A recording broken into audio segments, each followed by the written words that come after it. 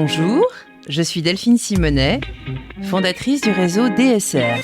Bonjour, je suis Yann Jarot. Et vous écoutez le podcast Les Petits Liens. Que nos invités soient artistes, entrepreneuses, sportifs, capitaines d'industrie ou scientifiques, ils ont tous des valeurs communes. Altruisme, générosité et aventure de vie sont leur quotidien. Au travers des liens qu'ils ont tissés, vous allez découvrir la trame de leur vie. Aujourd'hui, nous recevons Jacques Séguéla. Connu pour être un fils de pub, il est à la fois le garde du corps et le garde du cœur des marques. Célèbre pour être le père de slogans ayant marqué tant de générations, il est aussi et surtout éminent communicant, journaliste, aventurier, spin doctor, auteur d'une trentaine de livres traduits en 10 langues et a été producteur de télévision à l'ORTF, mais également docteur en pharmacie. Bonjour Jacques. C'était la page de pub. Bonjour. Je te présente Yann. Bonjour. Ta vie et ton œuvre ont été fort documentées, tant par les médias que par toi-même. Nous allons donc faire un bref résumé pour nos auditeurs. Tu es né à Paris, mais a grandi à Perpignan. Élève dissipé mais brillant. Après être devenu docteur en pharmacie, tu pars faire le premier tour du monde en 2 chevaux avec ton meilleur ami Jean-Claude Baudot. Est-ce que tu peux nous raconter votre rencontre ? C'est mon premier ami et ce sera évidemment le dernier puisqu'on va fêter nos 85 ans d'amitié. C'est incroyable dans une vie. Hein. Parce qu'à l'âge de 3 ans, 4 ans, lui était une victime de la guerre de 1940. Son père était radiologue, mon père était aussi radiologue. Et il avait fui l'invasion allemande et il était venu s'exiler à Perpignan. Il était sur la place de notre rue, la place Arago. Il avait un cerceau et moi j'avais un ballon. Et il m'a dit prête-moi ton ballon, je te prêterai mon cerceau. Et je lui ai dit écoute, viens, on va prendre après notre goûter à la maison. Il est venu à la maison et on ne s'est plus quitté. Ce matin encore, je l'avais au téléphone. Lorsque tu as dit que j'étais un élève passable, non, j'étais le pire élève de tous les temps. J'ai mis 8 fois à passer mes bacs. 8 fois à passer mes bacs. Mon grand-père avait été, c'était le fils d'un journalier. Le journalier, c'était un cultivateur qui travaillait la terre à la journée et qui, au lieu d'économiser pour s'acheter un lopin de terre, économisait pour payer les études de son fils. Et son fils lui a bien rendu parce que mon grand-père a eu une double mention très bien à ses bacs et mon père a eu double mention très bien à ses bacs. Et quand moi, je suis arrivé après ma 8e, enfin c'était la 8e et dernière chance, évidemment, il était désespéré. Et il m'a dit, écoute, tu peux pas faire de la médecine comme je le rêvais, tu seras jamais chirurgien, tu tuerais les gens, mais reste dans la profession médicale, et puis il y a quelque chose un peu de commerçant, toi, tu aimes les gens, tu aimes parler, fais de la pharmacie, et sois docteur en pharmacie pour être docteur comme nous. Et là, j'ai été touché par la grâce, j'étais dans une pharmacie, c'était la pharmacie des pauvres, de quartier gitan de Perpignan. À l'époque, les préparateurs en pharmacie et les pharmaciens faisaient les médicaments eux-mêmes pour qu'ils coûtent beaucoup moins cher. Les médicaments simples, mais de tous les jours. Hein. Et donc le préparateur, qui était un passionné de plantes, de médicaments, d'huiles essentielles, de tout ce qui compose la pharmacopée pharmaceutique, m'a pris sous son aile et m'a dit que je vais te préparer pour ton examen, parce que l'examen, la première épreuve de l'examen, c'était une grande table comme ça, sur laquelle il y avait 50 racines, petites bouteilles avec des huiles, blocs de marbre, pierres, etc., qui représentaient la pharmacopée. Hein. Et l'examen, il fallait reconnaître 100 de ces plantes et de ces huiles. Et chaque fois qu'on n'en reconnaissait pas une, on perdait un point. Et il fallait en connaître 100 et on nous en mettait 50. Et dans les 50, il fallait répondre. Et moi, comme tous les matins, il m'a entraîné, alors que les autres aspirants à la pharmacie disaient, mais qu'est-ce que c'est que ce truc-là? C'est démodé, on ne fera jamais de produits nous-mêmes, etc. J'ai été major. Donc, je suis passé de cancre à major. Et mon père, stupéfait, est allé voir d'ailleurs le proviseur de la faculté de Montpellier pour lui dire, vous devez vous tromper. C'est pas possible que mon fils, après 17, parce qu'il a été reçu par 7 échecs au bac, puisse être major. Il dit, mais écoutez, voilà, c'est comme ça, ça se passe comme ça, on peut pas tricher. Hein. Et pour me remercier, ils m'ont offert une 2 chevaux. Et ça a changé ma vie. Ma vie a changé là, parce que la 2 chevaux va changer ma vie. Je vais partir avec Jean-Claude, on va prendre une semaine pour préparer un voyage, et on a pris la carte, etc. On a pris comme ça un fil, et on a calculé jusqu'où on pouvait aller le plus loin de Perpignan pour revenir la veille du jour d'ouverture de la fac. C'est tombé sur Karachi, qui est la ville la plus moche du monde, la plus cruelle du monde, la plus sinistre du monde. Mais c'est là, mais ça nous a permis de traverser tout l'Iran, tout l'Afghanistan, etc. Et surtout de comprendre que personne n'avait osé encore faire le tour du monde avec une voiture, et qu'avec une 2 chevaux, c'était enfantin. Parce que on ne savait ni l'un ni l'autre réparer une voiture, on savait changer les bougies et réparer les pneus, c'est tout ce qu'on savait faire. Et la seule voiture que tout le monde au monde, avec un minimum de talent mécanique, pouvait réparer, c'était la 2 chevaux.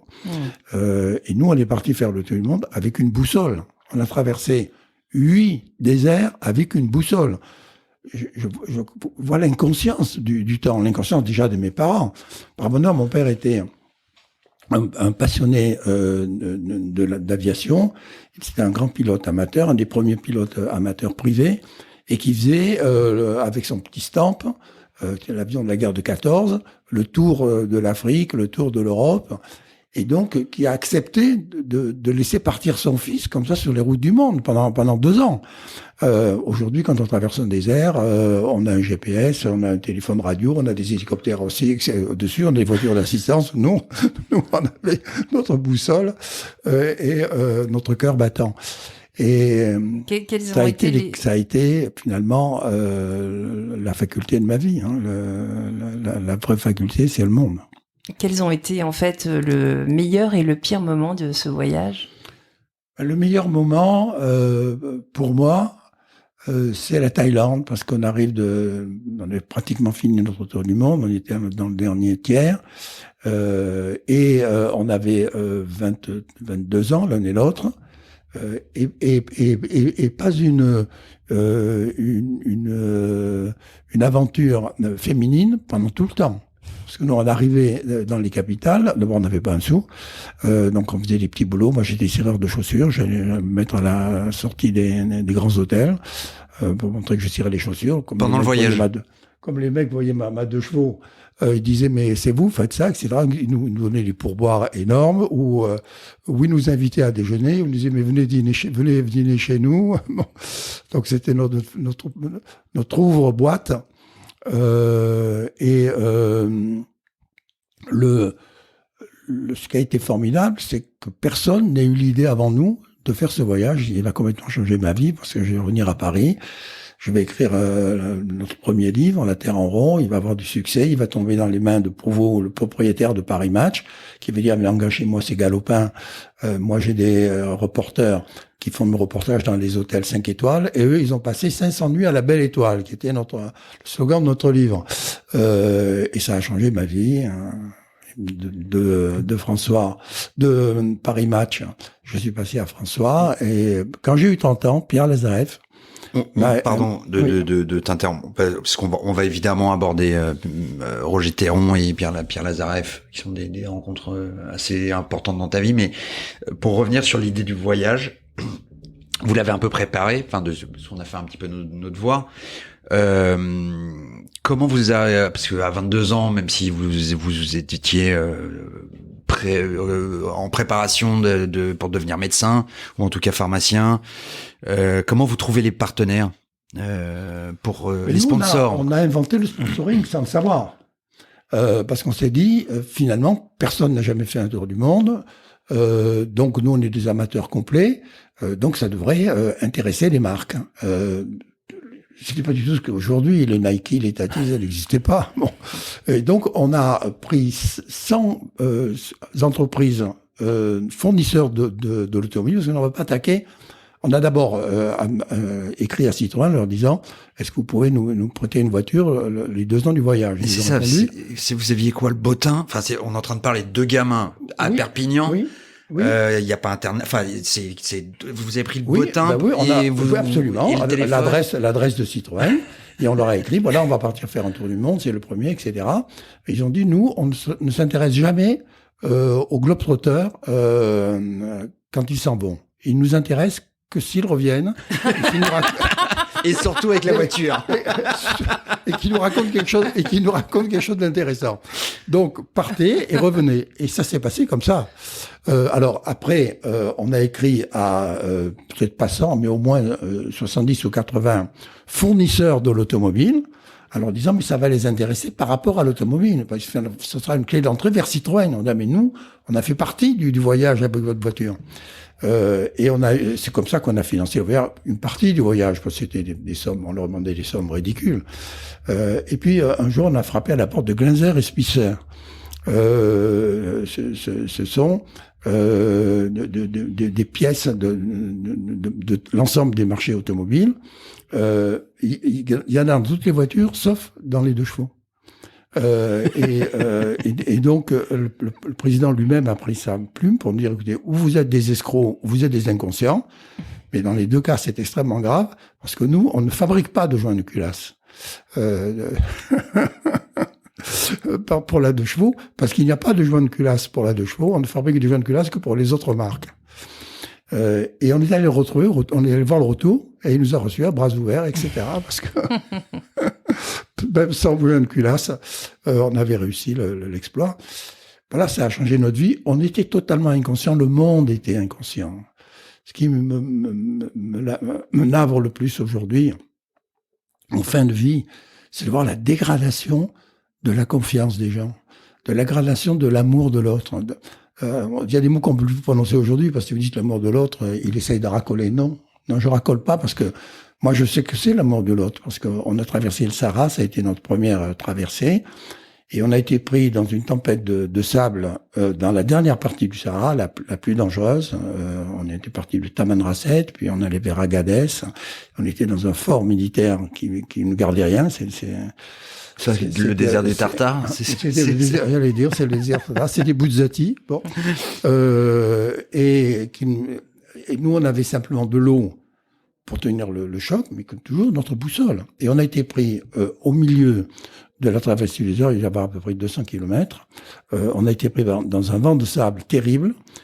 Et là, il y avait simplement tous les 10 kilomètres, il y avait un rail de chemin de fer planté dans le sable pour servir de piste. Il n'y avait pas de route. Hein. Non. Et avec le vent de sable, tout s'était uniformisé, tout est devenu jaune, etc. Donc, on a complètement perdu la trace de ces poteaux.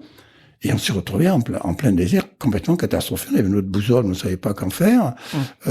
Et est arrivé un Touareg, de 2 Touaregs, ils étaient 2 d'ailleurs, 2 Touaregs qui marchaient à pied, etc., qui ont vu la bagnole, etc., bon, et qui nous ont dit, venez, on vous invite au village. Et contrairement à ce qu'on croit, dans tous les déserts du monde, il y a des villages, il y a des habitations, il y a des gens perdus là au milieu du désert. Ils nous ont reçus, ils nous ont fait un méchoui. Et puis ils nous ont montré la route pour arriver de l'autre côté. Hein. On s'est dit, là, il nous en reste encore 7 à traverser. Comment ça va se passer? Ça s'est bien passé jusqu'au bout. Hein.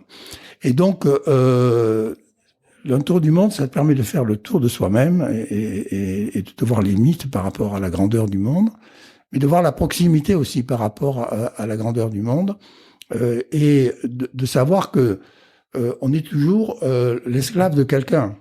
Parce que on se croit plus fort que les autres, mais quand tu es en carafe avec une 2 chevaux au milieu du Sahara, si c'est pas un Touareg qui passe, tu es mort. Et le patron, c'est le Touareg, c'est plus toi.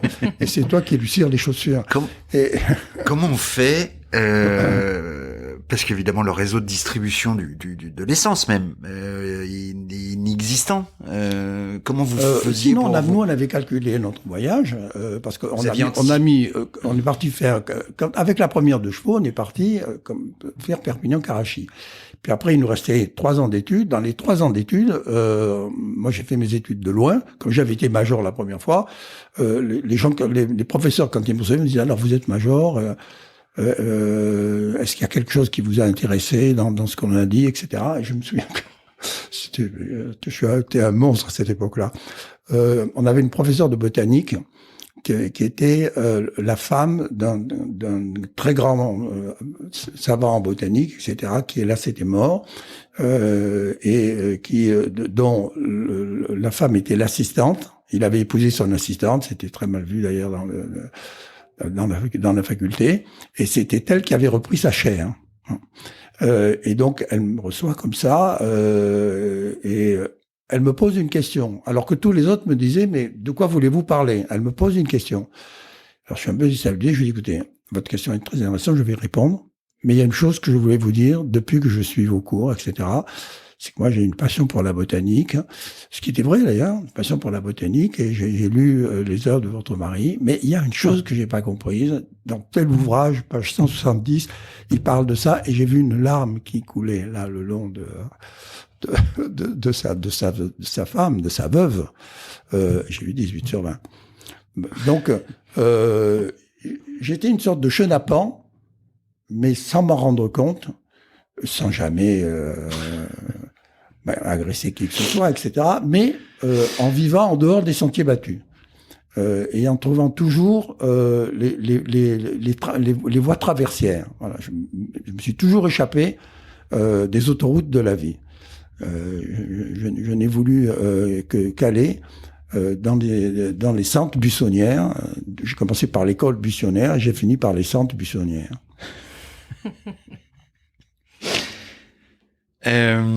Donc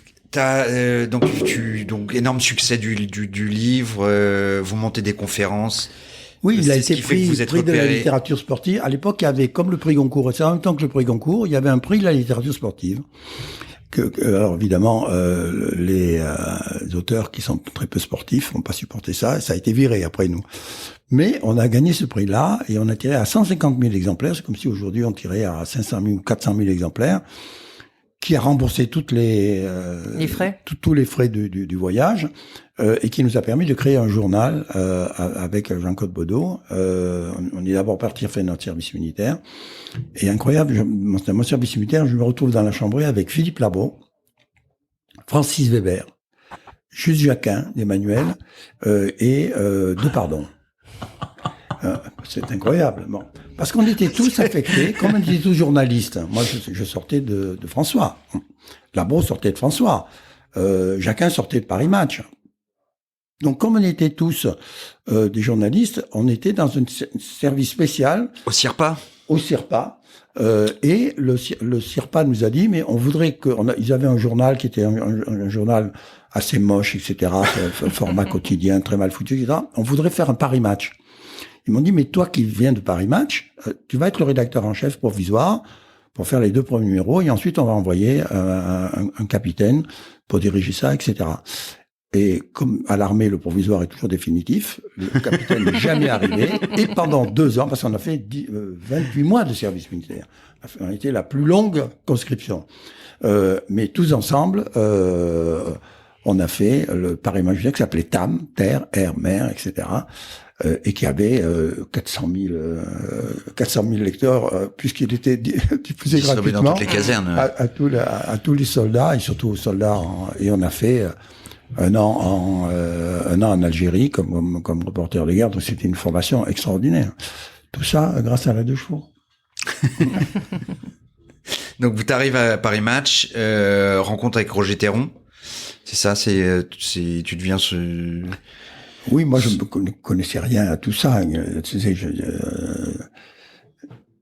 peux te raconter comment j'ai découvert Paris, et puis après je te parlerai de ça, parce que la chose la plus importante qui m'est arrivée, c'est celle-là. Comme j'étais un cancre patenté, mon père, double mention très bien au bac, a lu que l'éducation nationale était en train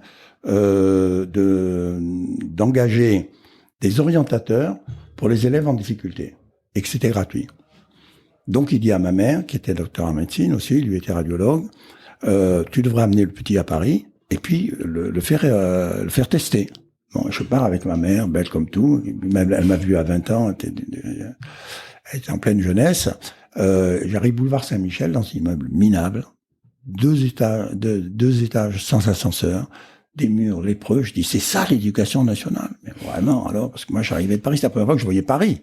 Bon, et je tombe sur un mec un peu décati, 60 balais, qui me dit on va vous tester. Il me met des papillons sous les yeux, c'était le test de Rorschach. Et moi j'étais tellement vexé qu'ils me prennent pour un débile mental et comme j'étais très sauvage à cette époque-là. T'avais tout fait pour. J'avais tout fait pour. Bon, on peut pas vraiment les blâmer de. Non, oui. Bon. Moi, j'ai flanqué une fourchette dans les fesses d'un pion qui me narguait. J'étais vraiment, j'aurais pu très mal tourner. Bon.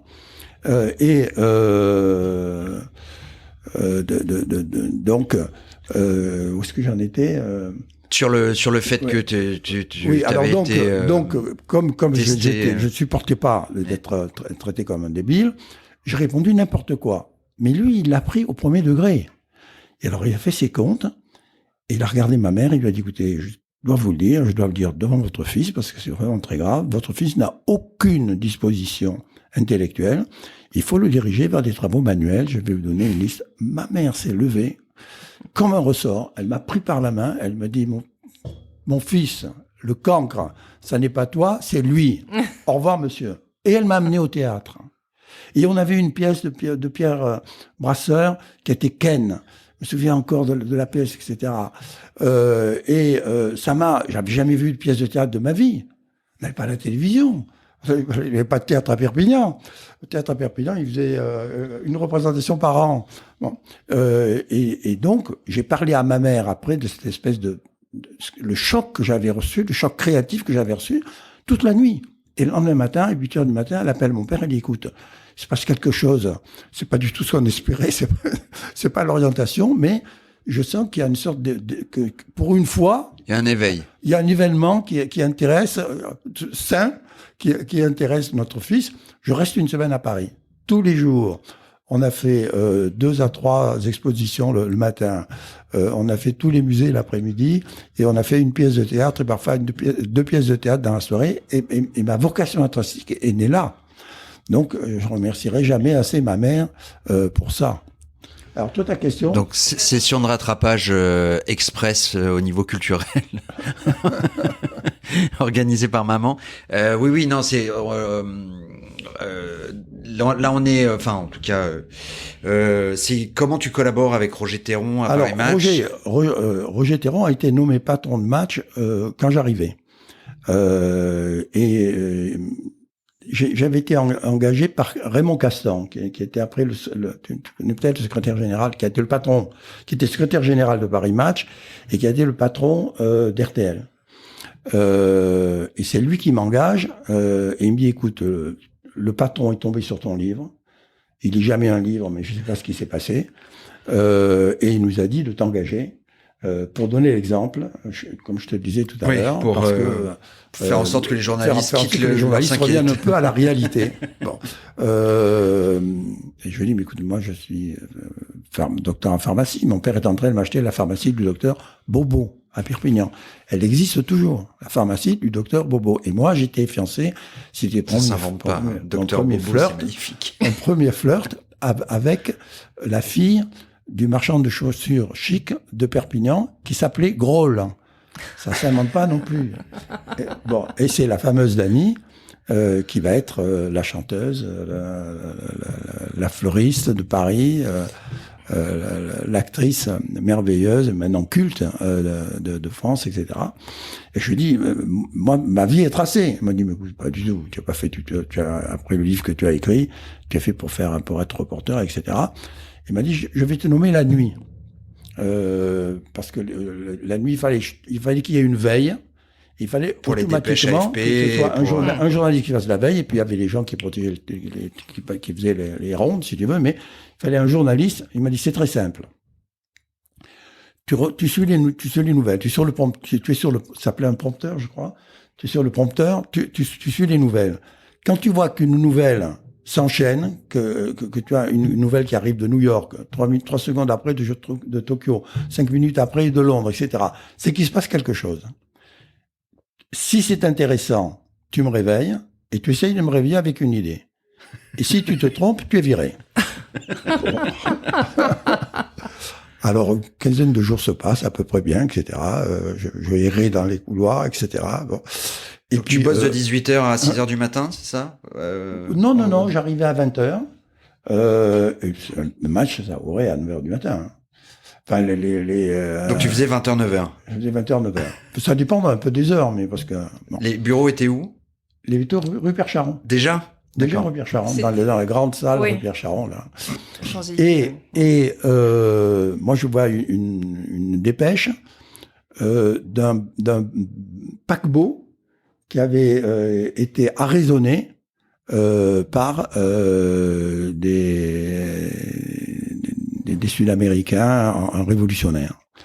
Donc, il y avait des détournements d'avions, ça existait, mais il n'y en avait jamais eu de détournement de navires. Et donc, je me dis, ça doit être intéressant, etc. Et puis, je dis, mais maintenant, il faut trouver une idée. Je peux pas réveiller Roger si j'ai pas une idée. Et moi, à l'époque, j'étais passionné de ski nautique, mais surtout de ski nautique avec des ailes. Ça a disparu. Mais à l'époque, on faisait du ski nautique avec des ailes. On faisait ça sur la Seine. Et on descendait avec nos ailes pour passer sous les ponts et on remontait de l'autre côté, etc. Il fallait que le mec qui conduise le hors-bord soit talentueux, etc. Et je faisais ça avec Gilles Delamarre, qui était un champion du monde de ski nautique, de parachute, non, de parachute. Et qui était d'ailleurs marié à la championne du monde de parachute, et qui était un type extraordinaire, et qui faisait ça le week-end, avait dû pour se marier avec moi. Je dis, je vais l'appeler. Je l'appelle, je lui dis, est-ce que tu peux te poser sur un navire en pleine mer? Il dit, s'il n'y a pas de vent, sans aucun problème. J'ai mon truc. J'appelle Roger, je lui explique le truc. Une demi-heure après, il était au journal, et ça a été mon premier reportage. Enfin, pas moi, parce que c'est pas moi qui ai sauté, c'est lui, mais le premier organisateur. C'est ça, l'angle éditorial. Voilà. Et après, tu restes combien de temps je suis resté pas loin de 2 ans, peut-être ouais. 18 mois ou 2 ans, je ne me souviens plus. Et puis, il m'est arrivé un vrai choc. Un jour, Roger me dit, écoute, il y a une mère de famille qui a tué son mari, qui la battait, qui était un mec insupportable, etc., qui a 2 enfants qu'elle ne connaît pas, qu'elle connaît simplement de sa prison et tout, etc., avec laquelle elle n'a jamais vécu. Il faudrait faire une avec elle et ses 2 enfants.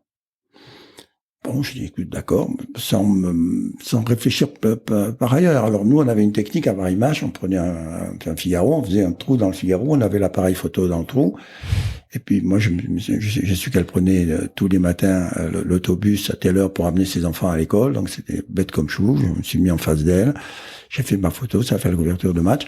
Je me suis précipité à Perpignan 15 jours après, voir mes parents, et j'arrive, la gueule enfarinée, et je dis, maman, regarde ma première couverture de match, etc. Je la vois blanchir. Elle me dit, mais est-ce que tu t'es rendu compte, quand tu dis cette photo, que les gosses ne savaient peut-être pas que leur mère avait tué leur père et qu'elle était en prison? Est-ce que tu te rends compte de ce que c'est? Et j'ai compris que le journalisme, et d'ailleurs, ça m'a été expliqué après par Roger, qui m'a dit, mais si tu veux faire de l'info, faut que tu acceptes les règles de l'info. Faut que tu mettes en veilleuse ton cœur de midinette. L'info, c'est dur. L'info, c'est la mort. L'info, c'est la guerre. L'info, c'est pas toujours ce que l'on aime. Et surtout à Match, parce que Match était la télé à l'époque. C'était le seul moyen d'information et en couleur. Tout arrivait par Paris Match. Et donc, et les journalistes d'ailleurs, les reporters de guerre mouraient. Moi, j'en ai vu 2 qui ont disparu, qui sont jamais revenus. Donc, c'était autre chose. Et c'est ce qui m'a fait après basculer vers la presse, mais la presse de loisirs. J'ai fait un journal avec Lazarev, etc., qui s'appelait Vive les vacances, qui était l'ancêtre un peu de VSD. Comment tu rencontres Pierre Lazarev? Et ben parce que à la sortie de l'armée, je me suis pris pour un rédacteur en chef, parce que j'avais été chef pendant 22 mois avec de l'abro et tout ça, il fallait les tenir. Bon, donc j'ai dit à Jean-Claude, écoute, avec notre trésor de guerre, on va créer un journal. Et on crée un journal qu'on a appelé Via, et qui était la pire erreur marketing que tu puisses commettre en journalisme. Parce qu'il y avait 2 journaux en un. Il y avait un journal qui était Go et Mio, donc il s'adressait à Neuilly, en tout cas, ce qu'on appelle les CNP+, maintenant. Les CNP+, etc. Bon, les bourges de Neuilly. Et puis de l'autre côté, il était le guide du routard. Donc c'était une espèce de mélange découvrir les 3 étoiles. Tu vois, de mélange aberrant qui fait que les hommes nous ont acheté une fois, mais pas 2. Bon. Donc au bout de 6 mois, on avait épuisé tout notre pactole, on était ruinés. Et moi, je suis allé frapper à la porte de Prouveau pour dire, voilà, j'ai fait un journal. Il m'a dit, fallait venir me voir avant. Je t'aurais empêché de cette connerie. Tu m'as pas fait confiance, je te vire. Bien avant de m'engager, j'étais viré. Bon. Et je me suis dit, il y en a qu'un qui peut me sauver, c'est Pierre Lazarev. Pierre Lazarev, c'était, je peux pas te dire aujourd'hui, c'était le De Gaulle de la presse. C'était le mec qui a tout inventé, tout fait. Bon. Donc je frappe à la porte de Pierre. Et il me dit, écoute, ton journal est complètement nul, c'est débile. Mais moi, j'aime bien ce que tu fais. Et puis j'aime bien la mise en page. Je te prends avec ton metteur en page, ton directeur artistique, et puis j'ai vu que dans ton équipe, il y avait un truc qui était intéressant. Hein. Je te prends tous les 3 et on va faire un journal ensemble. Et on fait un journal, justement, qui s'est appelé Vive les vacances, qui était ce journal dont je te parlais, à mi-chemin, d'ailleurs, entre Lazarev et Godet, parce qu'il y avait 50% qui appartenaient à François et 50% qui appartenaient à l'équipe. Donc, moi, j'ai eu la chance pendant 2 ans d'avoir comme 2 patrons, Godet et Lazarev. 2 monstres sacrés. Bon. Et Lazarev, c'est lui qui a décidé après de ma vie publicitaire parce que il avait inventé le premier test de diffusion. Il avait 6 ou 7 kiosques dans Paris avec lesquels il était relié téléphoniquement, à quel il apportait les journaux, les François, à 8h du matin. Parce que François, la dernière édition, il était à 14h. À 8h du matin, il les amenait. Il téléphonait à 10h pour savoir quelles avaient été les ventes. Parce que 50% de l'augmentation des ventes de François dépendait de la couverture. C'est toujours vrai. Hein. Toujours vrai. Je me souviens que d'ailleurs, on faisait 1 million d'exemplaires. Et on avait fait 2 millions le jour de la mort de De Gaulle. 2 millions pour la mort de De Gaulle. Bon. Et lui, quand il voyait que les chiffres n'étaient pas bons par rapport à sa moyenne, on changeait le titre pour l'édition de 14h. Et on est dans son bureau. Ah, carrément, il réduisait pas les livraisons au kiosque, il changeait carrément la couverture, potentiellement. Incroyable. C'est-à-dire que tout le journal était fait, sauf la une. Voilà. Et la une qui avait rapport après à quelque chose dans le journal. Bon. Évidemment. C'était très facile à faire, quoi. Après, ça roulait. Les machines, parce que c'était au-dessus du journal. Aujourd'hui, tu vois le Pierre Lazarev, c'était comme dans les films des années 40. Hein. Et un matin, on est là, on est 2 ou 3, le rédacteur en chef, etc. Et Pierre nous dit, on est nul, le titre est nul, ça n'a jamais été aussi mauvais, on a 10 minutes pour changer. Donc chacun, je veux une idée. Chacun, alors, on était autour de lui, et lui, il aimait qu'on écrive les idées.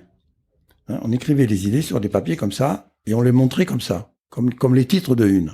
Donc, moi, je montre mon idée, mais c'est nul, l'autre me dit c'est nul, et lui, il avait écrit quelque chose, il retourne comme ça, et il y avait brrr sur 8 colonnes. C'était le jour le plus froid de l'année. C'était un 21 mars, quelque chose comme ça. Il a inventé la météo médiatique. Et le journal a fait plus 30%. C'était ça, Pierre Lazarev. C'était un génie absolu. Hein. Une autre fois, Une autre fois, moi j'étais devenu très sérieux et très appliqué. Bon. Et puis un jour j'en ai marre, je descends l'avenue, une des avenues de l'Étoile, et il y avait un cinéma en haut de l'Étoile, qui est devenu un garage maintenant. Hein, je crois que c'est l'avenue MacMahon qu'on descend là. Bon. Et il y avait un western. Non, il n'y avait pas un western. Il y avait un film américain, un thriller américain, etc., mais des années 50. Et moi, je me suis souvenu parce que j'ai fait un chapeau pendant 3 mois dans ma jeunesse, etc. Parce que tous les jours, j'allais au cinéma. Je rentrais par la sortie.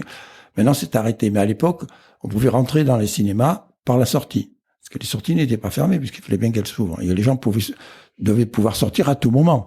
Donc, tu sortais par la sortie de secours, puis tu te mettais dans une salle, personne ne te voyait. Donc, j'ai vécu 3 mois comme ça. Et donc, j'ai dit, je fais chapeau, je veux revoir ce film. Bon. Je suis dans le cinéma. C'est un cinéma, il y avait un premier étage et des grands fauteuils club comme ça. La lumière se fait, à côté de moi, Pierre Lazareff. Waouh. Et à côté de lui, une très jolie fille. Je dis, mais qu'est-ce que c'est que ce truc-là, etc. Bon. Je laisse passer le truc. Le lendemain matin, j'arrive au journal. Lui, il arrivait à 10h. Il me convoque, il me dit... alors, entre-temps, j'ai compris qu'il était avec Mijanou Bardot. Il me dit, écoute... attends, c'est moi qui fais ce bruit-là. Il me dit, écoute, moi, quand je fais chapeau, c'est toujours pour le journal. Parce que la une du jour, c'était Brigitte Bardot décroche, Sacha Distel, ils sont ensemble à Londres pour leur première romance. C'était tout Pierre Lazareff. Sinon, tu utilises souvent le slogan de Paris Match, le poids des mots, le choc des photos, lorsque tu évoques ton apprentissage. C'est Théron qui est l'auteur du slogan. Hein. C'est Jean Co, en fait. Et Jean Co est également connu. Ah oui, mais j'ai toujours pensé que c'était Roger Théron. Non, sûr que c'est Jean Co. Oui, absolument. Ah, parce que Roger m'a toujours dit que c'était lui. Il est également connu. Je l'ai félicité 42 fois pour ça. Je l'ai appelé patron jusqu'à sa mort. J'ai vérifié l'information en fait génial, sur Internet avant. Et en fait, il est également connu pour avoir été le secrétaire de Jean-Paul Sartre et pour son livre La pitié de Dieu, ayant obtenu le prix Goncourt. Est-ce que tu l'as rencontré ? Oui, je l'ai rencontré parce qu'il est venu m'interviewer. C'était mon premier interview. Ma première interview était pour Paris Match. Alors, au retour du livre, au retour du voyage, pour la sortie du livre. Et comme il avait été prix littéraire, ça a été ma première interview de ma vie. Et j'ai toujours été frappé par quelque chose parce que il était là, il me posait ses questions, mais il prenait pas de notes. Et à la fin, quand j'ai lu 4 pages d'hommage, je ne me rendais pas compte de tout ça. Moi, je me rendais même pas compte que j'étais un prix littéraire. Ça me dépassait complètement. Je connaissais rien de la vie parisienne. Je trouvais ça normal. Bon, j'arrive, voilà. On me demande d'écrire un livre, j'écris un livre. Quand j'ai relu le papier, mot pour mot, il y avait ce que j'avais dit. Moi, je connaissais mes phrases. Mais comment lui, il avait pu retenir de mémoire, ou alors il avait une oreillette dans l'époque, mais ça se faisait pas à l'époque, ça. Bon. Comment il a pu retenir de mémoire 4 pages d'interview, au mot près. C'est fou. Et puis je l'ai revu, après je l'ai croisé 2-3 autres fois, mais enfin là je me souviens de ça. Je me dis quel talent, et puis le papier était génial. Voilà. Il savait, l'intro qu'il avait faite était parfaite, les questions étaient... Bon, t'es un très grand journaliste. Après François, c'est le moment où tu pivotes vers la publicité. Alors c'est Pierre Lazareff, une fois de plus, comme quoi je dois tout à la presse et à la 2 chevaux. Bon. Pour mes 30 ans, Pierre Lazareff m'invite au Fouquet's, parce qu'il avait sa table au Fouquet's. Bon. Et je comprends que c'est un entretien d'embauche. Il me dit, tu as 30 ans, bon, joyeux anniversaire. Qu'est-ce que tu veux faire maintenant? Moi, je voudrais que tu restes avec moi. Est-ce que tu veux prendre la rédaction en chef de François? Est-ce que tu vas aller t'occuper d'elle? Parce que ma femme est folle, elle est là-haut, personne ne peut l'écouter. prendre ça en main. Est-ce que tu veux qu'on crée un autre journal? Je dis, mais pas du tout. Moi, j'ai des problèmes de riches. Ouais. Moi, je veux créer mon propre journal pour demain racheter François. Il me dit, mais tu dis que des conneries. François va mourir. Je dis ça il y a 45 ans. François va mourir. Hein. La presse va mourir. Ne te lance pas là-dedans. Va plutôt voir la télévision. Et moi, si tu veux, je te prends dans 5 colonnes à la une. Bon. Où il y avait les trois Pierres. Hein, Pierre Lazareff, Pierre, je sais plus. Bon. Et où justement, il y avait Labro qui était là. Et moi, je l'ai offert, je l'ai écouté. Moi, ça m'intéresse de faire de la télévision, mais quand est-ce que je pourrais faire ma propre télévision? Il dit jamais. L'État français ne privatisera jamais les télévisions. Je rappelle que c'est François Mitterrand qui a privatisé les radios et privatisé les télévisions. C'est ce qu'on appelait la belle gauche pour moi. Bon. Et il me dit, écoute, va dans toi, avec les qualités que tu as et les défauts que tu as, il faut que tu ailles dans un métier neuf. Va dans la publicité. Moi, je connaissais rien de la publicité. Je savais même pas comment ça se faisait. Il me dit, mais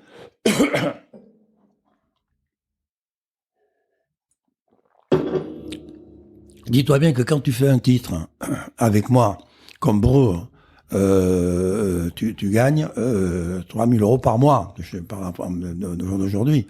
Quand tu seras en publicitaire, tu gagneras 3 000 euros par jour pour faire le même titre.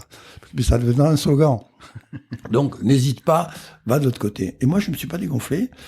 J'y suis allé, mais moi, j'étais fait partie des petits rédacteurs en chef, parce qu'on était 3 ou 4 rédacteurs en chef. On était le plus junior des rédacteurs en chef de François, mais j'avais droit à la voiture, et le chauffeur, quand il fallait interviewer quelqu'un, je téléphonais au Premier ministre, j'avais eu le Premier ministre, quand Pierre Weber me disait, renseigne-toi là-dessus, je veux savoir si, etc. C'est moi qui faisais le factotum. Bon.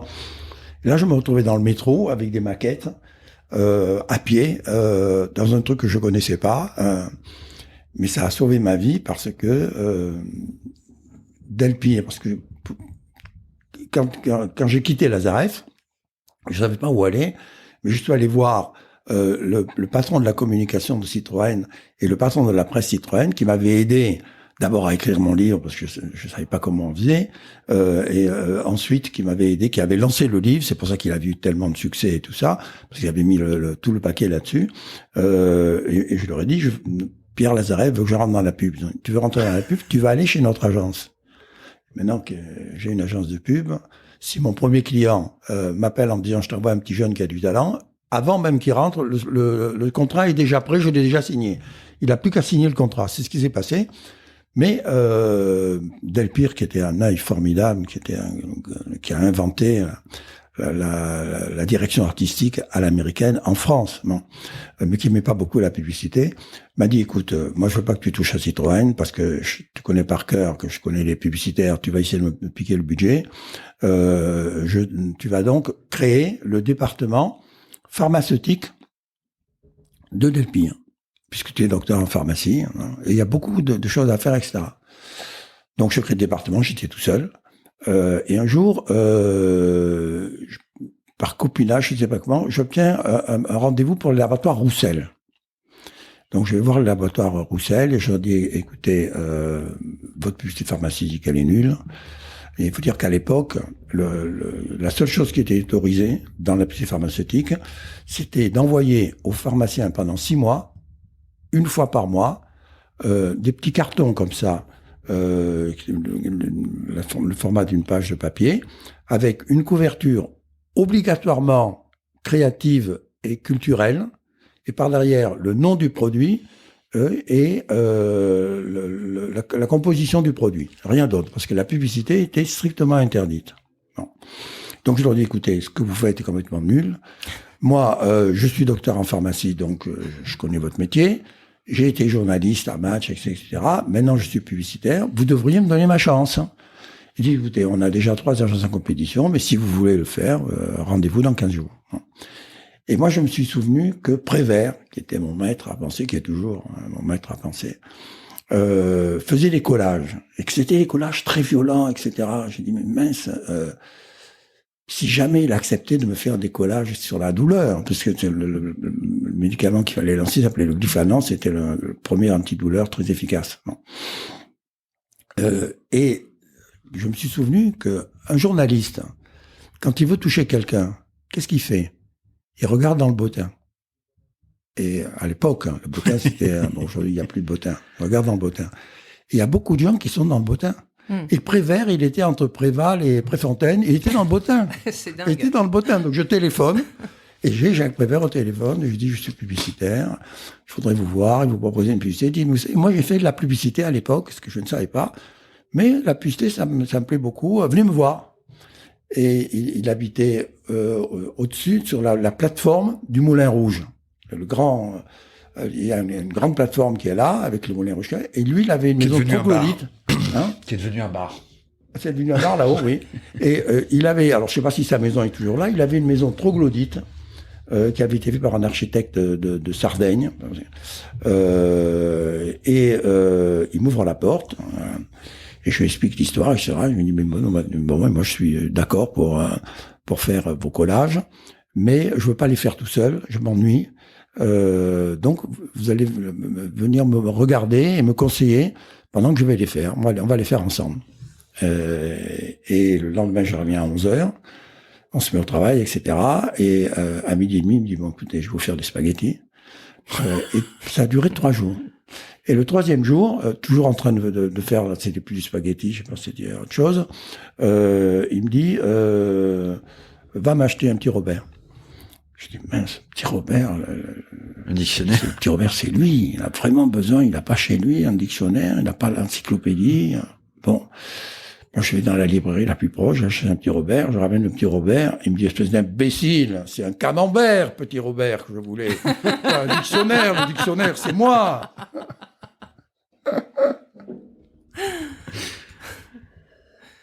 Est-ce que les laboratoires Roussel ont choisi ta proposition? Ils ont choisi la proposition.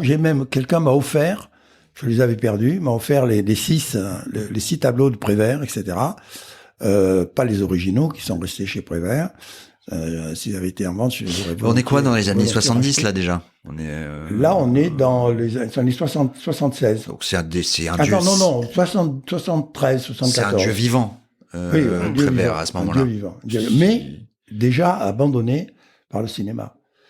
Et tirant un peu le diable par la queue, donc moi j'ai insisté pour que le laboratoire pharmaceutique paye ce que ça valait, parce que il y avait aucune notion. D'habitude, c'était les créatifs qui faisaient des petits trucs. Je dis, mais je me suis rendu compte que c'est un monstre vivant qui vous fait ce cadeau-là. Donc ils avaient acheté.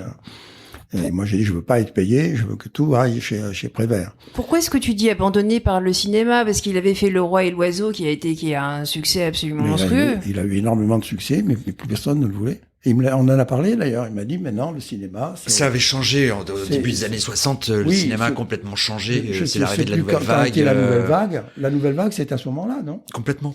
Donc plus personne voulait de Prévert, il était vieux, il avait 70 balais, c'est Quai des Brumes, c'est Les Enfants du Paradis, c'est il avait fait beaucoup de l'âge d'or. Il avait fait beaucoup de chansons et les gens ne demandaient plus de chansons. C'est pour ça qu'il était ravi de faire de la publicité, etc. Et il est parti, il est mort, je crois, 2 ou 3 ans après ça. En tout cas, c'est sympa d'avoir pu passer un moment intime avec lui. Et alors je me souviens qu'il était... Il écrivait en même temps. Il écrivait sur des chartes, comme des chartes de marketing, tu vois, avec un feutre. Et ces pages faisaient 1,50 m de haut et 1 mètre de large. Bon. Moi, je le voyais écrire, etc. Et il écrivait un article qu'il devait faire pour je sais pas quel journal, etc. Et la télévision était allumée. Mais ça marchait parce qu'à l'époque, la télévision, elle commençait à midi. Il n'y avait pas de télévision le matin. Mais tout le matin, elle était allumée. Je dis, mais pourquoi tu n'aimes pas ta télévision? Il me dit, parce que moi, je déteste la télévision, parce que je suis addict de télévision. Je suis addict des images. Et comme ça, les images, ça me manque. Moi, ça bousille mes soirées, parce que je peux pas me coucher. Tant que la télévision s'arrête pas, je suis devenu un dévoreur d'images de télévision.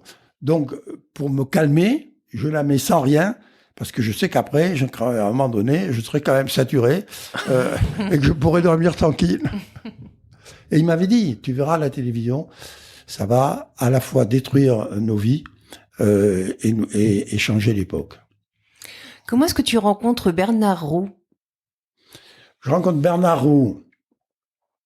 Donc pour que les gens quand même comprennent. Alors Bernard Roux, c'est donc mon premier associé en publicité. L'agence, un animateur s'appelait Roux Seguela, puis est arrivé Kaysa, puis est arrivé Goudard. Donc Roux, Seguela, Kaysa et Goudard. Mais au début, c'était Roux Seguela pendant 5 ou 6 ans. À un moment donné, j'ai été appelé par donc j'ai quitté Delphi. Voilà, je me suis maintenant. J'ai quitté Delphi. Au bout de 2 ans de publicité pharmaceutique, je ne pouvais plus. Surtout que moi, j'étais pas créatif, j'étais le commercial. J'avais des idées de temps en temps, mais j'étais le commercial. Et je dis à Delphi, écoute, je m'en vais parce que moi, ce que je voudrais être toi. Je vais être le directeur de création de ma propre agence. Donc, je vais pas te virer. Donc, je m'en vais. Il me dit, bon, alors je sais, tu vas essayer de reprendre le budget. Je dis, écoute, moi, j'ai tous les défauts de la terre, mais mes maîtres, mes supérieurs, mes ancêtres, tous ceux qui m'ont apporté quelque chose, c'est sacré. Je ne toucherai jamais au budget Citroën. Bon, on dit ça, c'est le pire. Bon, mais je vais me lancer maintenant dans la création. Bon, là-dessus, je sais pas comment, par quel copain, un mec me dit, moi, j'ai besoin d'un directeur de création 1 matinée par semaine. Ben, j'ai dit, écoute, c'est très bien. Bon. Il m'annonce le prix, c'est pratiquement ce que j'ai gagné par mois. Parce que la publicité était folle, à ce moment-là, complètement folle. Bon, donc je trouve ça formidable. Je faisais 3 métiers à la fois. J'écrivais des guides pour les livres de poche. J'en ai écrit 4. Je devenais fou. J'avais une émission de télévision sur des voyages. Un peu Paris-Pékin, tu vois, sur les globetrotters de l'époque, etc. Et puis, une matinée par semaine, j'étais créatif. Et c'est là où je vois arriver Bernard Roux, que le patron de l'agence qui s'appelait Demnar, il y avait une jeune agence qui s'appelait Axe Publicité, qui était un de ses copains intimes, et qui lui avait demandé de devenir le directeur commercial de l'agence 1 matinée par semaine. Donc, en 1 matinée par semaine, on gagnait le prix du mois, et on faisait de la pub sans le savoir. Parce que moi, je n'avais jamais fait... Je donnais des idées, et chaque fois, les idées marchaient. J'ai dit, mais c'est pas possible. Moi, j'ai découvert le mot marketing après 2 ans de pub. Faut le faire. Parce que là aussi, c'était une agence, tu vois, qui n'était pas du tout structurée, ni rien, etc. Mais on a piqué Olympic Airways, mais on a piqué Volvo, puis on avait le couteau entre les dents, etc. Ce qui fait qu'on a multiplié par 3 ou 4... on est resté 4 ans à peu près dans l'agence, on a multiplié par 3 ou 3 ans, par 3 ou 4 le chiffre d'affaires. Le chiffre d'affaires. Là-dessus, arrive 68. Donc moi, je vais foutre quelques pavés sur la gueule des flics, lui va défiler sur l'Arc de Triomphe avec De Gaulle, chacun ses maîtres, bon. Et on revient à l'agence, et on dit, c'était 2 frères, et on dit aux 2 patrons, écoutez, nous maintenant, on a compris, hein, c'est 68, il faut partager les choses. Nous, on veut bien rester chez vous. Hein, regardez, hein, on va devenir associé. Hein, mais on veut devenir associé, on veut 20% chacun. A dit oui, c'est une bonne idée. Écoutez, on y réfléchit. Descendez prendre un pot. Revenez dans 2 ans. On prépare les contrats. Ah non, quand même. Remonter, oui. Sympa. On remonte. On va sur notre bureau. On avait chacun une enveloppe avec le chèque. Vous êtes viré. Ils ont même pas dit qu'ils nous viraient. J'avais simplement le chèque. On descend au bistrot où on était en bas, qui était un bistrot à pute d'ailleurs.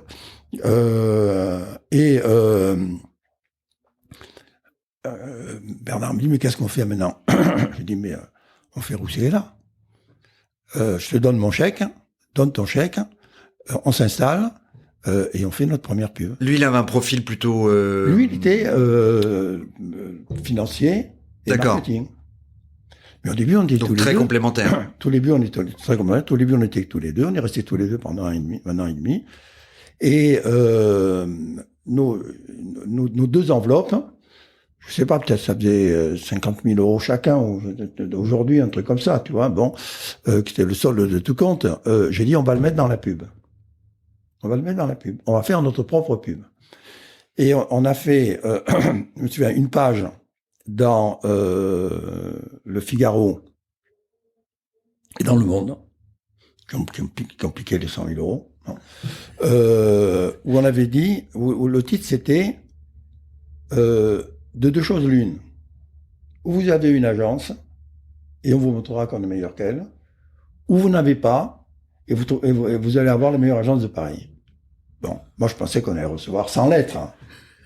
On reçoit un coup de fil d'un mec qui s'appelait Whitner, qui était le président des moteurs Mercury, moteurs de marine, des hors-bord, et qui me dit, écoutez, vous me dites que je vais avoir la meilleure agence de Paris, mais moi je veux bien faire un test parce que j'ai une agence qui a pignon sur rue, qui m'a fait une campagne complètement nulle. Moi je suis à moins 30% de mes effectifs. Il me reste 2 pages dans l'Express et une page, je sais plus si Le Point existait, ou dans Paris Match. Non. Donc, faites-moi une annonce qui me fait récupérer le retard. Non. Moi, je me souviens que quand j'avais été à Match, j'avais fait un jour un reportage sur Pompidou, qui était à Saint-Tropez, qui allait de la plage à un bateau. Et je me souviens très bien qu'il pilotait, il avait sa cigarette papier maïs aux lèvres, et il pilotait un petit hors-bord. Je dis, mais si jamais c'était un moteur Mercury. Donc j'appelle mes copains de match, j'ai dit, filez-moi la photo en douce, etc. Ils retrouvent la photo, ils me donnent la photo. Non recadrée, du coup ça te permet... Oui, c'était l'Express, il y avait l'Express et Paris Match. Bon. Je fais une annonce en disant, merci Monsieur le Président, de faire confiance aux grandes marques, comme ça vous êtes sûr de revenir à terre. Bon. Là-dessus, à l'époque, le téléphone de l'Élysée, les journaux avaient ce qu'on appelait des osalides.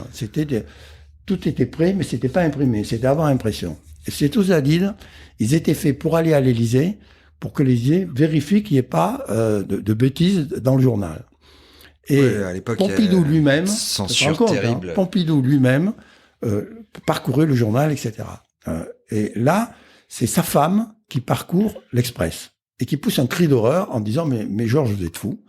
Maintenant, vous jouez les playboys publicitaires. Mais il regarde ça, il dit mais j'ai jamais autorisé ça. Mais c'est pas possible, etc. Il prend son téléphone. Il téléphone à Jean-Jacques Servan-Schreiber, qui était le patron de l'Express, et qui lui dit, mais j'ai interdit le journal. C'est très simple. S'il sort avec cette photo. Et Jean-Jacques lui dit, écoutez, laissez-moi avoir une idée, etc. Bon. Et Françoise Giroud, qui était la directrice et la maîtresse de Servan-Schreiber, me téléphone, et dit, venez me voir. Et elle dit, mais comment vous avez... Et moi, comme je pensais, j'avais fait ça pour le scandale. J'avais glissé la page de pub, enfin, je sais pas comment on appelait ça, la maquette de pub, une demi-heure avant la fermeture du journal. Donc, pour qu'il n'ait pas le temps de corriger les choses. Donc, il l'avait imprimé comme ça bon. Et donc, elle me dit, trouvez-moi une idée. Et je dis, écoutez, il n'y a qu'une idée, il faut arracher la page. Et par bonheur, la page qui était derrière n'était pas une page de réaction, c'était une page de pub. Donc, c'était possible d'arracher la page. Elle m'a dit, d'accord, mais c'est vous qui vous en chargez. Et elle m'amène dans un hangar à la sortie de Paris. Il y avait 400 000 exemplaires. Je dis, allez-y. Moi, j'appelle tous les copains et toutes les familles des copains. On se retrouve à 50 et on arrache les pages. Mais j'avais fait finir les télévisions qui avaient pris le truc le soir aux 20h. il y avait la photo de... Bon, on arrête. Moi, je peux me parler pendant 3 heures. Non, on a encore quelques questions quand même. Alain Chiesa, qui a été président du PSG, est-ce que tu partages avec lui cette passion pour le football ? Oui, bien sûr. Mais moi, j'ai toujours préféré le rugby au football. J'adore le foot. Et mon équipe, c'est le PSG. Même s'il va partir. Hein. Je crois qu'il va partir. Je crois qu'il va partir à Madrid. Je parle d'Mbappé, bien sûr. Non, mais ça se décide demain ou après-demain. Hein. Ça se décide dans les 10 jours qui viennent. Hein. Je sens qu'il va partir. J'ai le cœur qui chavire. J'ai envie de me précipiter à son cou, de lui dire, mais non, ne fais pas ça. On a besoin de toi. C'est le rêve. Tu n'as pas besoin de faire rêver les Espagnols. Merde, comment tu vas faire rêver les Français, tes copains, ceux qui t'ont fait, ceux qui parlent ta langue, qu'est-ce que tu fous là-bas? Qu'est-ce que tu fous? Et en plus, tu vas t'ennuyer comme tout. Oh là là là. On espère qu'il va t'entendre. Bon, mais bref. Il y a peu de chance, moi, malheureusement. J'ai toujours préféré le rugby au football. Qui soutient le club de Perpignan. Et j'ai été, pendant 1 an et demi, président de l'USAP, qui est la grande équipe perpignanaise. Et même, on est allé en finale. Ils sont pas souvent allés en finale. On est allé en finale. Je me souviens d'avoir assisté à la finale à côté de Jospin, puisque à l'époque, il était Premier ministre, et d'avoir pris la claque de ma vie, parce qu'on a perdu 20-5 ou un truc comme ça, enfin la honte de ma vie. Jospin qui me dit bravo ton équipe, alors écoute. Quelle est la campagne sur laquelle tu as préféré travailler? Mais moi j'ai vécu une campagne, c'est celle de Mitterrand, c'est celle qui tous les journalistes ont dit c'est celle-là qui a fait élire Mitterrand. Bullshit, c'est Mitterrand qui m'a fait élire petit roi de la publicité. Je serais pas là s'il n'était pas s'il ne m'avait pas choisi comme communicant. Donc évidemment, c'est ma plus belle campagne. Mais ma plus belle campagne, c'est pas la première. C'est pas. Enfin, ma première campagne, c'est la toute première et c'est la dernière. La toute première, elle date de 76.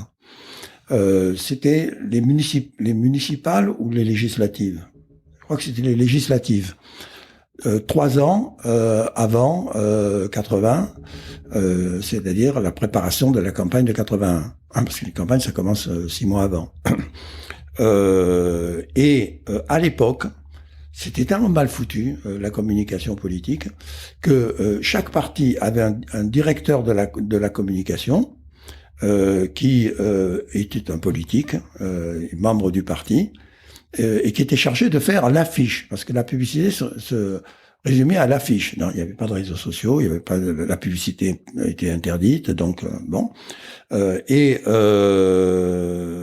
directeur de la communication, qui était même d'ailleurs le directeur de campagne, vous téléphonez aux 5 ou 6 créatifs qui étaient un peu à la mode à l'époque, en disant fais-moi une affiche.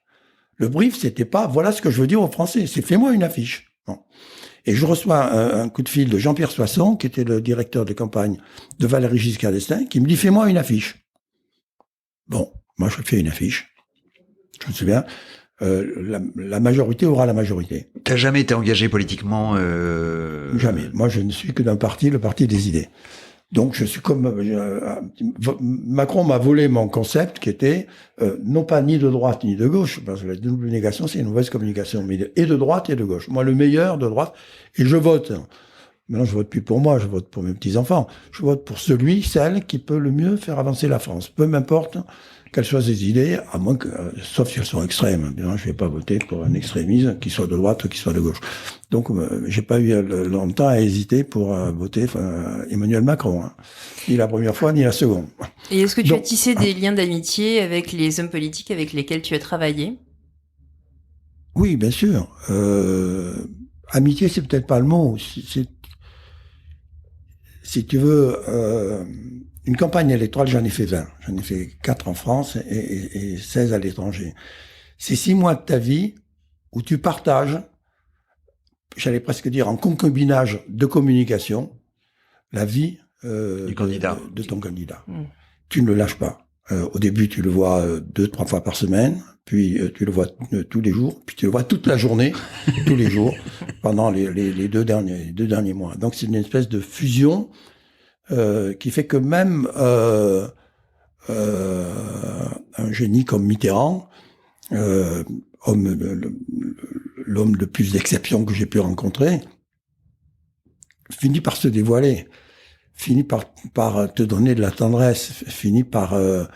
D'ailleurs, je me souviens que 2 ou 3 semaines après l'élection, François Mitterrand m'appelle directement. D'habitude, c'était toujours ce secrétaire qui m'appelait. « Allô, c'est là, bonjour, monsieur le président.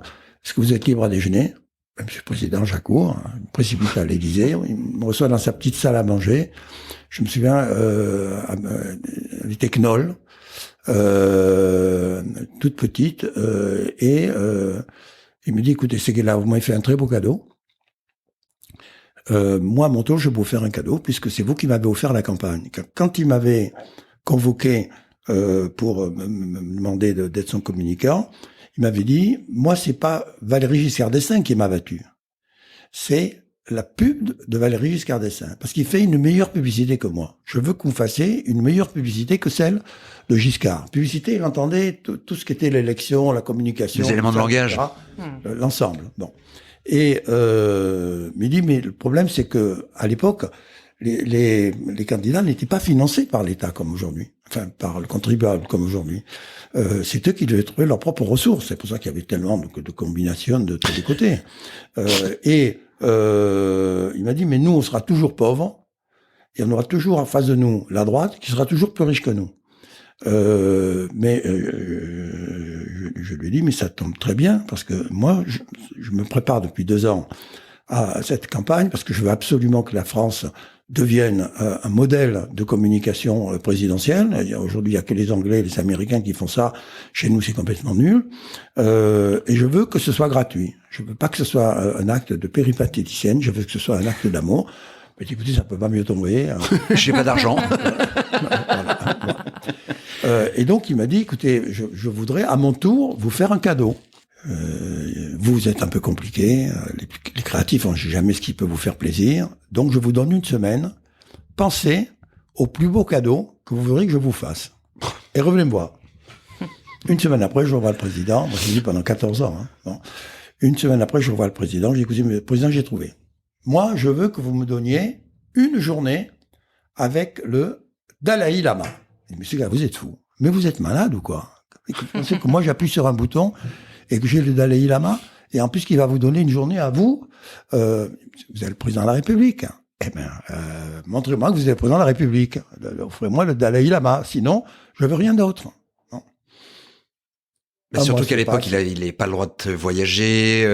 Oui, c'était son dernier voyage. Non.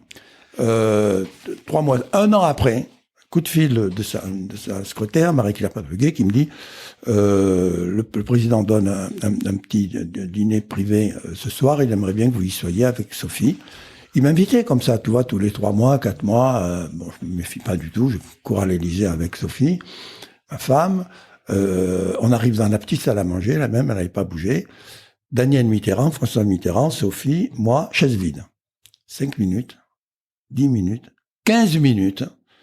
Je dis, mais quel est le mal au truc qui se permet de faire attendre le président de la République pendant 15 minutes? Arrive le Dalai Lama. Waouh! Et comme pour s'excuser, le Dalai Lama regarde le président en face de lui et lui dit, est-ce que vous connaissez la dernière fable tibétaine? Ah non, dit le président. C'est un vieux bonze qui raconte à un jeune disciple et qui lui donne sa première leçon de philosophie. Et qui lui dit, écoute, je vais être très simple, je vais te poser 3 questions. Tu réfléchis bien et tu me réponds. Première question, quel est l'envers du blanc? Noir? Non! Non, lui dit le vieux bonze. C'est la bonne réponse. Tu n'as pas réfléchi. Réfléchis, réponds-moi. Deuxième question, quel est l'envers du jour? Le jeune disciple réfléchit, dit, maître, je n'ai qu'une seule réponse. L'envers du jour, c'est la nuit. Bravo, lui dit le vieux bonze. Voilà. C'est la bonne réponse et tu as réfléchi. Troisième et dernière question, quel est l'envers de la vie? Et là, le jeune disciple dit, écoutez, maître, je ne vois qu'une seule réponse, l'envers de la vie, c'est la mort. Pas du tout, lui dit le vieux bonze, tu n'as rien compris. L'envers de la vie, c'est la naissance. Waouh, waouh, waouh, waouh. C'est là que j'ai compris mon métier. La naissance. Parce que la publicité a la possibilité, et c'est le seul métier qui ait cette possibilité de créer l'immortalité. Parce que Citroën a fêté il y a 2 ans ses 100 ans de publicité et ses 100 ans d'existence. Mais il n'a pas 100 ans, il a 20 ans. Il a l'âge de ma voiture quand je faisais le tour du monde, il a l'âge des pubs que j'ai fait pour Citroën. Et dans 100 ans, il aura encore 100 ans. 75% des marques qu'on a consommées au XXe siècle sont mortes avec le siècle. 75% des marques que vous consommez tous aujourd'hui vont mourir avec le siècle. Donc moi, mon métier, et c'est le Dalai Lama qui m'a fait comprendre ça, c'est de rendre les marques immortelles. Parce que c'est très bien de voitures d'aventure aujourd'hui, mais si demain la marque ne va plus exister, ça sert à quoi? C'est la faillite, c'est la faillite de l'industrie entière. Donc, ma mission à moi, c'est de vendre des voitures, mais aussi que Citroën soit présent dans 100 ans. Et donc c'était un dîner en fait en présence de Mitterrand. La campagne présidentielle vient de se terminer. On voulait te demander ce que tu avais pensé de la communication des candidats. Je trouve que c'était la campagne la plus nulle que j'ai vécue. Pas simplement en France, de mes 20 campagnes, y compris les Françaises. D'abord, une campagne, ça doit laisser des traces. Et la première trace d'une campagne, c'est le slogan qui a émergé. Quel est le slogan qui a émergé de cette campagne? Pour moi, aucun, mais... avec vous. Nous tous. Des jeux de mots, enfin même pas, des invectives de Boy Scout. Voilà. Aucun romantisme, aucune poésie, aucune intelligence, aucune différence, aucune nouveauté. On parle du monde d'après. C'était une campagne, pas d'avant. D'avant. Une campagne d'hommes de Cro-Magnon, de politique de Cro-Magnon. Et hélas, c'est quand même le jugement général. Je suis pas le seul à dire ça. Tous les médias s'accordent à dire ça. Tous les gens que je rencontre disent la même chose. Et c'est catastrophique. Parce que oui, il est là le monde de demain. Et en plus, avec cette guerre qui ne va faire qu'accélérer les choses.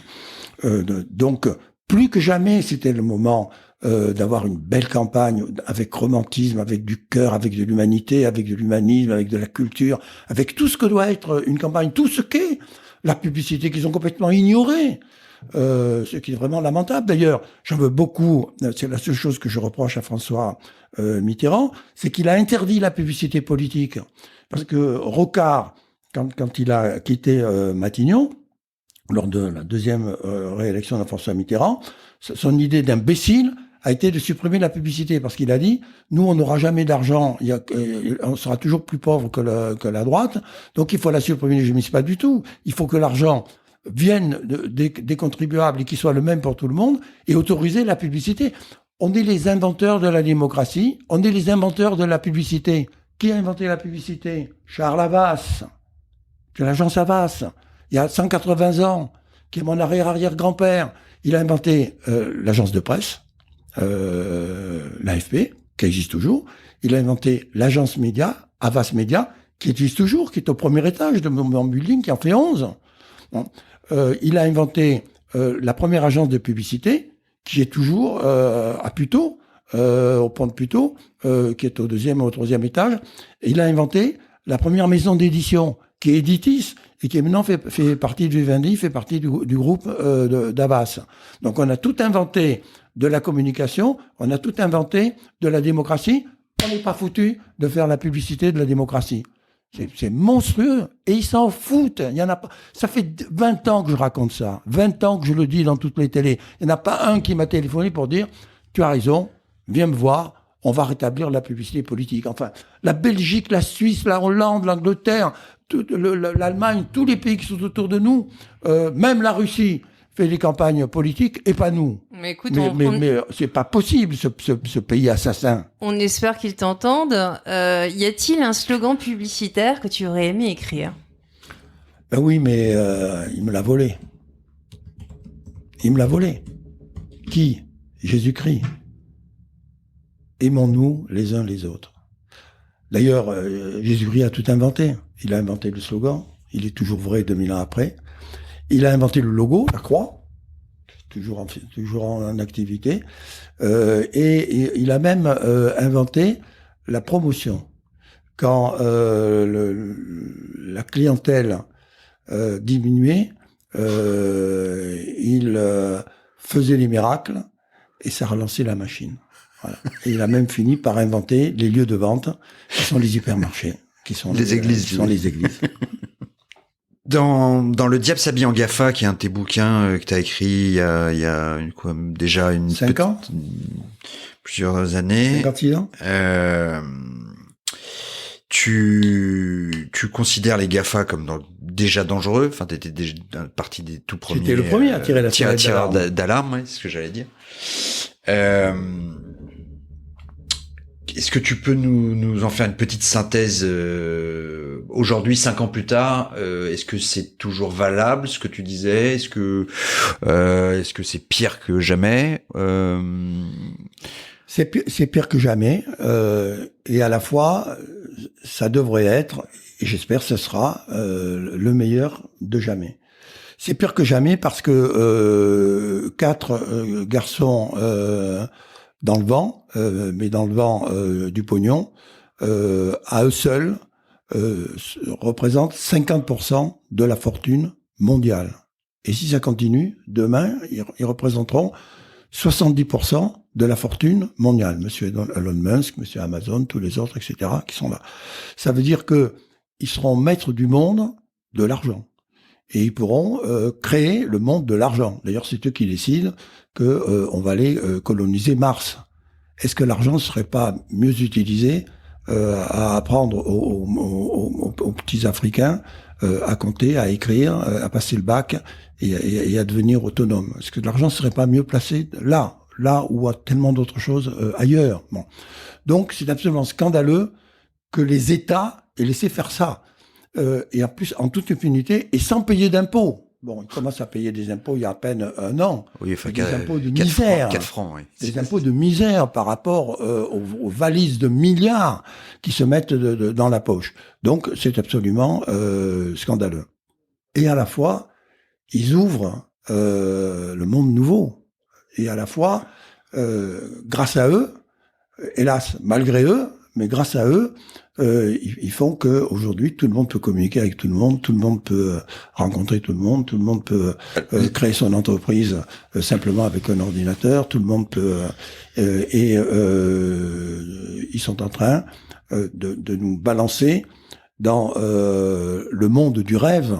Qui est le monde moi je les appelle les métatatis, les métatatas, qui est le rôle des métaverses. Ils nous rentrent dans le monde virtuel, car la dernière chose que l'on pouvait inventer, puisque on a fait le tour du réel et de toutes ces atrocités et de toutes ces merveilles, ben maintenant on va pouvoir faire le tour du virtuel. En espérant que ça ne sera pas le tour des atrocités du virtuel, mais que ça ne sera que les rêves que le virtuel peut nous apporter. Ton dernier livre, Ne dites pas à mes filles que je suis écolo, elles me croient publicitaire, aux éditions Coup de gueule, parle d'écologie. Pourquoi avoir choisi ce sujet? C'est le sujet du moment. Alors, ça, c'était pas sorcier. Mais d'abord parce que moi, tout ce que je peux faire, écrire, dire, c'est pour mes petits-enfants. C'est quoi le problème de mes petits-enfants? C'est que la Terre existe encore. Voilà, et qu'elle puisse les abriter jusqu'à la fin. Si on fait rien, on ne fait plus rien. La guerre, là, c'est pareil. À cause d'un fou dangereux, les milliards qui sont dépensés pour tuer des gens. Au lieu d'essayer de sauver la planète, qui demain tuera encore plus de gens que ce qu'on est en train de tuer maintenant. Enfin, c'est complètement aberrant. On marche sur la tête. Le cri d'alarme que je lançais, c'était celui-là, hein, en disant il n'est jamais trop tôt pour savoir qu'il n'est pas trop tard. Il n'est pas trop tard. Et il y a que 2 façons de régler le problème. La première, il faut botter le cul de ceux qui nous gouvernent, pour que ils acceptent d'exécuter les signatures qu'ils ont données. Parce que tout ça a déjà été dessiné ici, sauf que l'argent n'arrive jamais, et qu'il est parti en fumée, et que maintenant il part dans des mitraillettes, des kalachnikovs et des tanks. Bon. Et deuxièmement, c'est à chacun de nous d'être nos propres protecteurs de la planète. Elle est à tout le monde, et c'est à tout le monde de la protéger. Par des gestes barrières.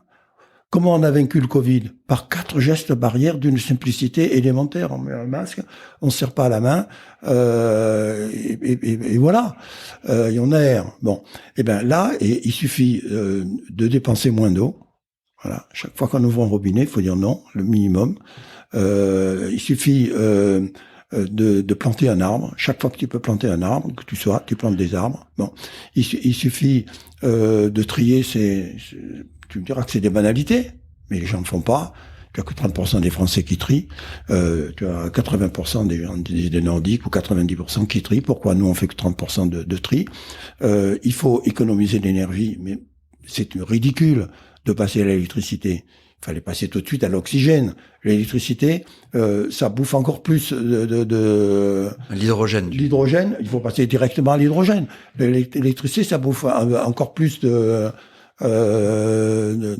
ça crée encore plus de pollution que le pétrole. Donc il fallait directement mettre tous les moyens pour aller à l'hydrogène, qui est l'énergie la plus pure du monde, etc., etc., etc. D'ailleurs, dans mon livre, je donne la liste des gestes qu'il faut pratiquer. Hein. Et pour terminer, et puis il faut manger plus sain, et puis il faut aller directement du fermier à son assiette. Que des choses simples qui sont dites mais qui ne sont pas respectées. Pour terminer, y a-t-il un mot ou une phrase qui a changé ta façon de voir la vie? Oui. La vieillesse commence lorsque les regrets l'emportent sur les rêves. Je ne cultive que mes rêves. Eh bien, nous allons conclure là-dessus. Merci Jacques d'être venu échanger avec nous. On remercie Brief et Michael Winter qui a signé le générique du podcast. À bientôt. Vous avez écouté Les Petits Liens. Nous espérons que cet épisode vous a plu, vous a ému, fait rire, bref, qu'il vous a procuré du plaisir et l'envie d'écouter les suivants. N'hésitez pas à vous abonner si ce n'est pas encore fait et à partager cet épisode. Vous pouvez également nous mettre une bonne note et nous laisser vos commentaires auxquels nous ne manquerons pas de répondre.